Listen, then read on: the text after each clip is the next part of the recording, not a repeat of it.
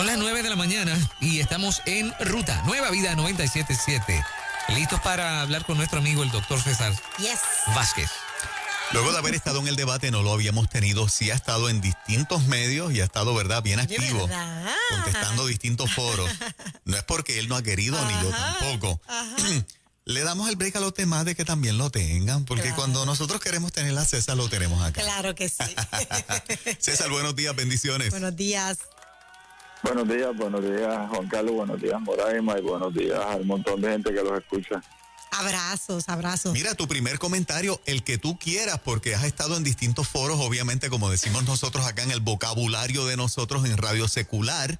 Digo, yo no sé si Nueva Vida ahora es la primera emisora cristiana en la que tú estás oficialmente luego del debate, pero si es así, el primer comentario del doctor César Vázquez en una emisora como Nueva Vida 97.7. El juego cambió. Sí, hay un antes y hay un después. Y de momento, aquellos que trataron de invisibilizarnos tuvieron que enfrentar la realidad de que estamos en juego y estamos haciendo la diferencia. La gente se pudo dar cuenta de que yo no soy más de lo mismo.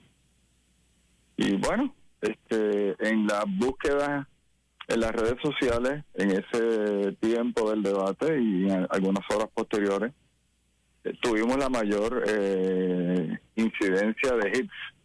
Así que ya la gente sabe quién es el doctor César Vázquez, quién es Proyecto Dignidad, y de aquí en adelante lo que tenemos es crecimiento. Habías mencionado, César, que la verdad va saliendo a relucir. Hay un detalle que me ha llamado la atención, y es el detalle en que algunos analistas de los medios han dicho que la única persona que dijo la verdad en el poquito tiempo que tuviste, porque de 8 preguntas, 4 tenían que ver específicamente con perspectiva de género. Lo que pudiste hablar de los demás temas, pues, fue bien difícil, pero el doctor Ángel Rosa, el profesor Ángel Rosa, en su programa en Guapa el domingo por la noche, dijo que en el tema de finanzas y de la Junta de Control Fiscal, quien único dijo la verdad, fuiste tú. Escuché el martes, cuando yo fui el miércoles, venía escuchando a Jay Fonseca, tiene un colega que se llama Nick Pastrana, y estaban diciendo que en el tema de finanzas, quien único dijo la verdad, fuiste tú, y como que no es común que los analistas de las demás emisoras, ¿verdad?, den la razón así porque quieren. No creo que sean tus grandes simpatizantes, me parece que no lo son. ¿Cómo te hace sentir eso? Importante, la gente dice, pero es que de lo único que usted habla es de esto. La realidad es que muchas veces de lo único que me preguntan es de eso.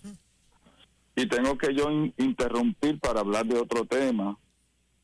En el debate lo único que uno tenía era 1 minuto de 8 preguntas, como tú dijiste. 4 fueron respecto al asunto de perspectiva de género, violencia contra la mujer, que es un tema importante, pero debió haber ocupado un minuto, ¿verdad? Tenemos propuestas para manejar el problema de la economía de Puerto Rico, importante, la economía frente a la pandemia del COVID. Tenemos propuestas para todo, para salud, para el medio ambiente, para educación, etcétera. Allí, importante, se le sigue diciendo a la gente que hay que auditar la deuda. La deuda está auditada. La auditó una compañía que se llama Cobre & Kim. Wow. Lo único que tenemos que hacer es adjudicar responsabilidades, porque ya la deuda está auditada. Y es interesante porque los que siguen diciendo que hay que auditar la deuda es porque desconocen o están mintiendo. Interesantemente, cuando yo lo dije, la gente como que hizo coquí. Sí. Hay un sector que quiere seguir engañado por alguna razón. Sí, porque eso tiene unas implicaciones. Sí, pero una cosa es mirar para atrás y decir, oye, esta gente le falló al pueblo de Puerto Rico, pero otra cosa es qué vamos a hacer ahora. La realidad que tenemos es que tenemos una deuda, ¿cómo la vamos a manejar? ¿Y saben qué? Lo primero que Puerto Rico necesita es honestidad en el gobierno. Gente íntegra, transparente, que haga lo que es correcto para el bien común, no para el bien de un partido importante, no para el bien de una ideología, porque esa es otra, ¿verdad? Aquí el problema nuestro ha sido la mala administración y la corrupción, pero muchas veces la base de esa mala administración y de corrupción es los compromisos ideológicos que los partidos tienen, que no les permiten gobernar para todos, sino para una minoría. Pues, doctor, si me hubiesen preguntado, yo les hubiese dicho. Muy bien. Doctor César Vázquez, yo diría que luego del debate comienzan, bueno, hay cantidad de reacciones de todos lados, pero comienzan a expresarse importantes líderes cristianos. ¿Se siente satisfecho o de hecho se siente apoyado, siente un apoyo adicional en el mundo cristiano? No, claro. Yo creo que la gente se dio cuenta de qué es lo que está en juego. Está en juego nuestras libertades. Básicamente nuestra libertad de culto, nuestra libertad de creer unas cosas y de poderlas expresar. Allí se empezó a definir como discurso de odio el expresar opiniones que sean diferentes al discurso de unos grupos. Y, importante, la gente tiene que saber que quien único está en contra de la enseñanza de perspectiva de género en las escuelas es Proyecto Dignidad. Importante, perspectiva de género no busca primeramente proteger a la mujer, porque eso es equidad de género. Correcto. Y siempre hemos creído que el hombre y la mujer son iguales en dignidad, deben ser iguales ante el derecho y ante las oportunidades de la vida. Oye, ¿y tú sabes por qué yo creo eso? Porque eso es lo que yo quiero para mis hijos y para mis nietos. Oye, yo tengo 2 varones y tengo 2 hembras. Yo quiero que mis hijas tengan las mismas oportunidades que tienen mis hijos, y yo no quiero que mis hijas sean agredidas. ¿Ok? Y de momento, en esta discusión ideológica, a la gente se le olvida que uno tiene madre, que uno tiene hermanas, que uno tiene primas, que uno tiene tías, mujeres a las que uno ama, mujeres que han marcado tu vida. Y porque tú difieres sobre un tema ideológico, es que usted odia, es que usted está de acuerdo al maltrato, y uno dice, pero ¿de dónde sacan esto? Y ese es el verdadero discurso de odio. ¿Por qué? Porque no entran a discutir el contenido de la propuesta, sino que rápido etiquetan, porque lo que buscan es intimidar. César, yo me di cuenta en este tema, me di cuenta en este tema, César, que la mayoría de las personas, incluyendo mucho pueblo cristiano, a pesar de lo insistente que ha sido Nueva Vida, es que para la mayoría del país, me di cuenta del debate para acá, o sea, lo internalicé, y en eso es que ellos han sido demasiado astutos, o sea, los que manejan la agenda, los de Victoria Ciudadana, inclusive Juan y Dalmau y el PIB, que le han vendido al país que perspectiva de género es equidad. Por eso a la gente le choca tanto cualquier comentario, porque ellos definen perspectiva como equidad. Y equidad de género, tú y yo estamos de acuerdo, y tú lo acabas de decir, pero la gente no sabe lo que es perspectiva de género. No lo sabe. Yo te voy a decir 2 cosas que son fundamentales. Primero, perspectiva de género tiene como idea fundamental, como idea central, que no se nace ni varón ni mujer. ¿Ok? Y eso de entrada es contrario a la biología. Exacto. Y es contrario a lo que la Biblia enseña, que fuimos creados por Dios varón y hembra. Así que ese es el primer problema, que no se nace varón ni mujer. Exacto. Y lo segundo, hay un estudio de la Comunidad Europea del 2014 donde se evalúa la incidencia de violencia contra la mujer en todos los países de la Comunidad Europea. ¿Adivina qué? Donde se enseña perspectiva de género es donde más violencia hay contra la mujer. Sí. Y ese mismo estudio dice que el problema no es enseñar perspectiva de género, que de hecho no resuelve el problema, porque tú no resuelves el problema con una idea. La violencia no se resuelve con una idea. Si el problema es enseñar una idea, pues la culpa la tienen nuestros maestros que están enseñando las ideas equivocadas. César, Y no es así. No es así. me gustaría Y- que hablaras. Y nada, quiero decir esto para que la gente entienda. Se encontró que lo que correlacionaba con violencia hacia la mujer era el uso de drogas o alcohol por parte del hombre. Que tuviese poca escolaridad, que hubiese una diferencia socioeconómica grande entre el hombre y la mujer, la presencia de enfermedad mental, y sí, en algunos hombres, algunas ideas machistas.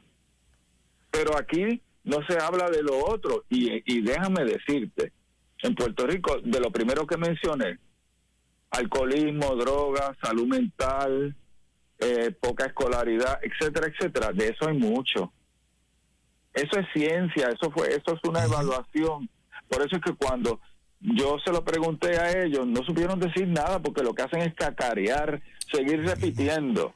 Claro. Y claro, tú repites una mentira mucho y se convierte en verdad. La gente Convierte lo en ve una como verdad. Sí. Como la audiencia de la emisora, hemos insistido tanto en este tema, están bastante duchos con el tema. En estos minutos, por ejemplo, en el ámbito de la educación, César, 2 puntos de la propuesta de dignidad que tú puedas mencionarle a los oyentes de la emisora.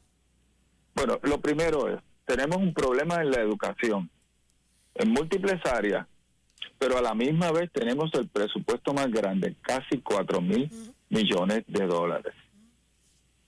Así que, lo primero que yo haría sería hacer una auditoría forense del uso de fondos de educación. Auditoría forense es mirar dónde está el dinero y buscar evidencias para llevar casos al tribunal. Segundo, miraría todos los contratos que educación tiene con recursos externos. ¿Por qué? Porque el propósito es que el niño reciba la mejor educación, y para eso el dinero tiene que llegar al salón de clases. Hay dinero para mejorarle el sueldo a los maestros, para trabajar con el retiro, para que equipos lleguen al salón de clases. Nosotros vamos a despolitizar educación, vamos a descentralizar educación, vamos a llevar para que sean las regiones y las comunidades las que tomen decisiones sobre la educación, y vamos a dignificar al instrumento de la educación, que es el maestro. Sí, tenemos propuestas. Recuerden, el problema nuestro, importante, no es otro modelo educativo, porque yo estudié con papel, lápiz, pizarra, borrador y tiza, y así fue que se reconstruyó a Puerto Rico. El problema es darle las herramientas al maestro para que pueda educar bien a nuestros estudiantes. La evidencia de que nuestro sistema sí funciona es que cuando viene el College Board, de las notas más altas son estudiantes del sistema público. Si eso es así, esos estudiantes están recibiendo el conocimiento apropiado. El problema es otro. Así que tenemos propuestas para educación, no es cambiar el modelo, es reevaluar lo que tenemos y poner los puntos sobre las IES y lograr que ese dinero llegue a los estudiantes de escuela de educación especial, a los maestros, volver a las comunidades. Hay una realidad, necesitamos grupos más pequeños, 12, 14 estudiantes. Sí. Eso significa que necesitamos más maestros, más salones, y probablemente tienen que abrir todas las escuelas que cerraron. Exacto. Wow. Doctor César, está hablando con relación a los estudiantes de escuela pública, no solamente son los mejores en el college muchas veces, sino en las artes, en los deportes, nos representan muy bien, pero le tengo una pregunta. Yo sé, y eso se ha hablado muchas veces, de los múltiples contratos millonarios que se le ofrecen a agencias para dar tutorías o para que provean equipos, o sea, se subcontratan grandes compañías y el servicio nunca llega. ¿Cómo se puede trabajar? Y esto no estoy diciendo nada nuevo. O sea, yo recuerdo que en una ocasión nosotros fuimos a ofrecer unas tutorías a una escuela y no nos permitieron entrar. No, porque aquí está esta compañía, aquí no entra nadie más, porque esta compañía grande. Entonces, cuando tú fuiste a evaluar, al final y al cabo, niños fracasaron porque no recibieron el servicio de tutoría que se había subcontratado. No, ¿tú sabes qué? Ajá. Las tutorías las deben dar los maestros. Cuando se acabe el periodo lectivo regular, El mismo maestro. los mismos maestros Okay. son los que se deben quedar a dar tutoría. Aparte de eso, tenemos maestros retirados, gente en la comunidad que puede dar tutorías. Si tenemos una regionalización o tenemos una descentralización donde esos recursos sean identificados y se puedan remunerar, no tenemos que contratar grandes compañías, porque ese es el problema. Les recuerdo que uno de los candidatos a la gobernación vivió de esas grandes compañías. Okay. Fuerte por demás. Doctor César Vázquez. No, fuerte no, esa es la realidad. Esa es la realidad. El problema que Puerto Rico tiene es que no quieren manejar la realidad. Wow. Doctor, en el día de hoy, ¿cuál sería su recomendación al gobierno para manejar el asunto del COVID, verdad? Junto con el asunto económico del país, que es como un tirijala que parece que no se va a acabar y que va a llegar el próximo gobierno con se eso. va a acabar porque para el gobierno su visión es puramente político-partidista. Aquí el gobierno, cuando toma decisiones, no toma decisiones a favor del pueblo. Lo que toma decisiones es pensando, oye, ¿cómo esto me conviene a mí? Pero aquí hay cosas que se supone que se hubiesen hecho ya.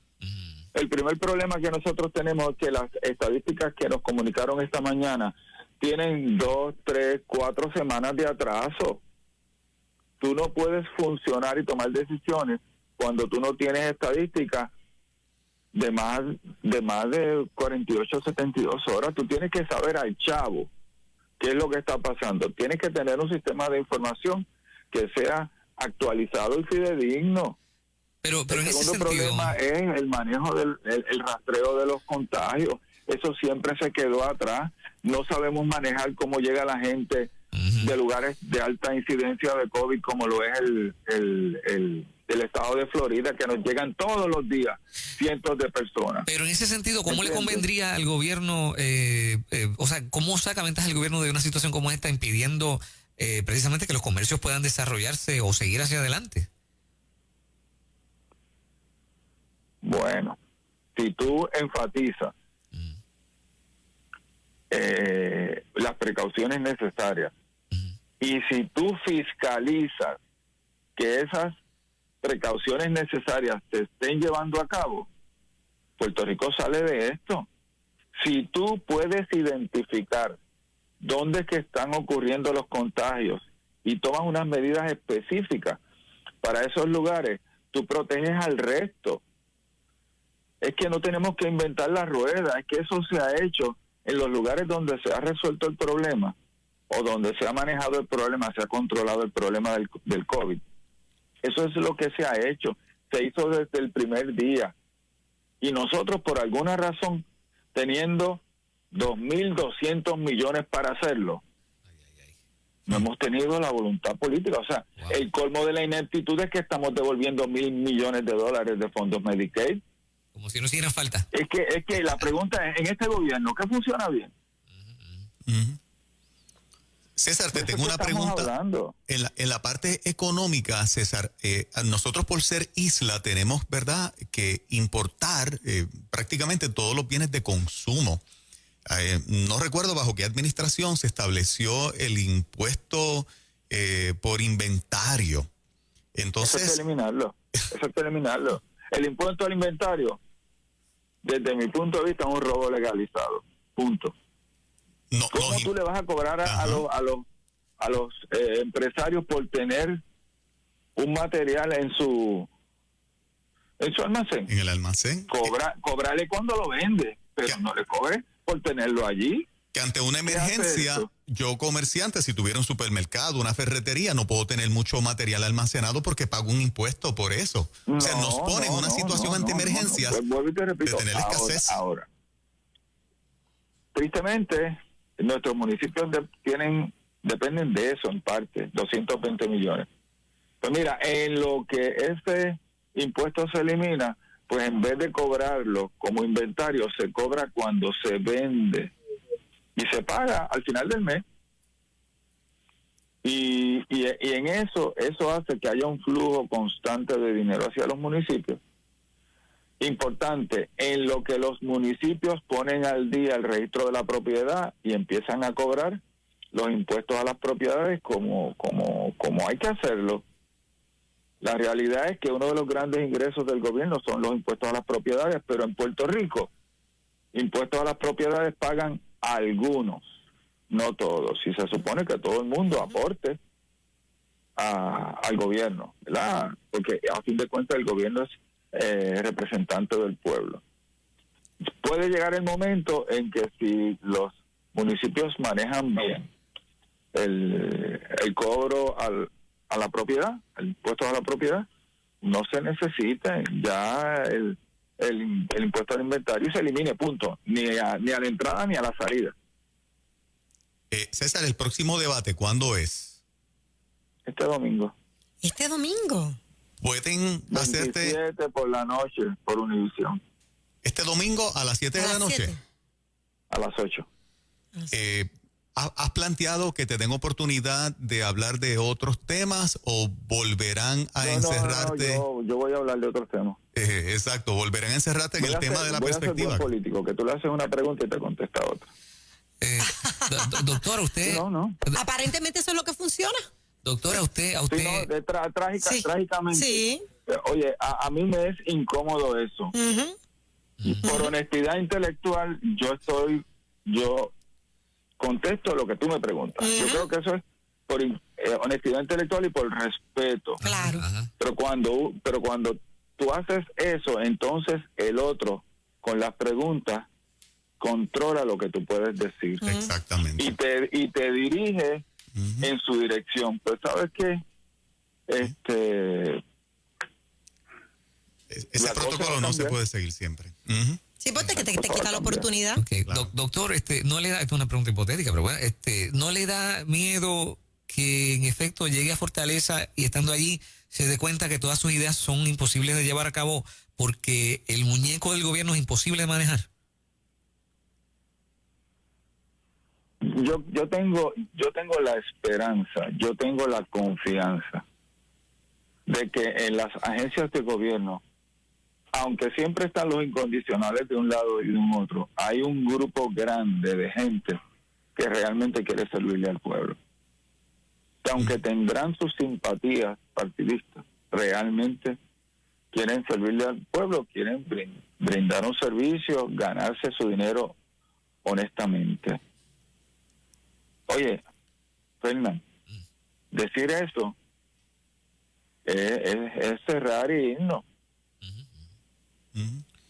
Lo que sí te puedo decir es que algunas agencias pues caminarán un poco más rápido que otras, pero el empleado público tiene que entender que ya no puede asumir que porque tiene una plaza, los 15 y los 30 están garantizados. Hay que servirle al pueblo de Puerto Rico, porque es el pueblo de Puerto Rico el que paga su sueldo. Y como alguien dijo, el que no sirve, no sirve. Ahí pues hay un elemento importante que es la supervisión. Y son los supervisores los que tendrán que entonces, ¿verdad? Como dicen por ahí, ponerse las pilas y empezar a exigir que se brinden los servicios adecuadamente. Yo creo que el gobierno es manejable. Por eso es que tengo la esperanza de que Puerto Rico nos dé el privilegio de gobernar en el próximo cuatrenio. Excelente. Si no creyera eso, ¿sabes qué? No estaría metido en este juego. metido en esto, ¿verdad? Que ya vemos por ahí cómo la gente habla, envían memes, vamos a ser claros. Y que usted ya tiene una vida hecha, una profesión, y tener que pasar por esto, ya sabíamos que este era el precio a pagar y le felicitamos. Le felicitamos por mantenerse en la línea de batalla, doctor. Te vemos este domingo a las 7, César. Es importante. O sufro yo ahora o sufren mis hijos Así y mis mismo. nietos después. Así Eso es mismo. así. Quiero decir lo siguiente, rapidito. Tengo un amigo que precisamente luego del debate me dijo, bueno, yo he votado popular toda mi vida, hasta que vi a César Vázquez. Me di cuenta que esto se trata de mis hijos y de mis nietos. Voy con César. Así me dijo. Wow. Así me dijo. Que eso es así. O sea, vuelvo y te repito, mi vida está hecha, yo estoy dando citas para 5 o 6 meses, yo tengo trabajo de más y tengo mi iglesia, tengo trabajo de más. Yo vengo a esto porque a mí me preocupa el rumbo que Puerto Rico lleva. Me preocupa, por ejemplo, que toda la gente que contribuyó para levantar este país en este momento está enfrentando un retiro empobrecido por las malas decisiones del gobierno. Y me preocupa que nuestros jóvenes no tengan esperanza de ganarse la vida en Puerto Rico por cómo se ha manejado la cosa pública en Puerto Rico. Y dentro de esos jóvenes están mis hijos y mis nietos. Y César, créeme, casi todo el mundo, si no todo el mundo, en Proyecto de Unidad tiene esa misma motivación. Yes. el tiempo acá nos ha corrido, César. Te vemos este domingo a las 7 de la noche en Univisión. A las 8. Excelente, gracias, papá. En Univisión. Excelente, muchas gracias. César Vázquez con nosotros en Nueva Vida 97.7 en ruta. Te pones al día.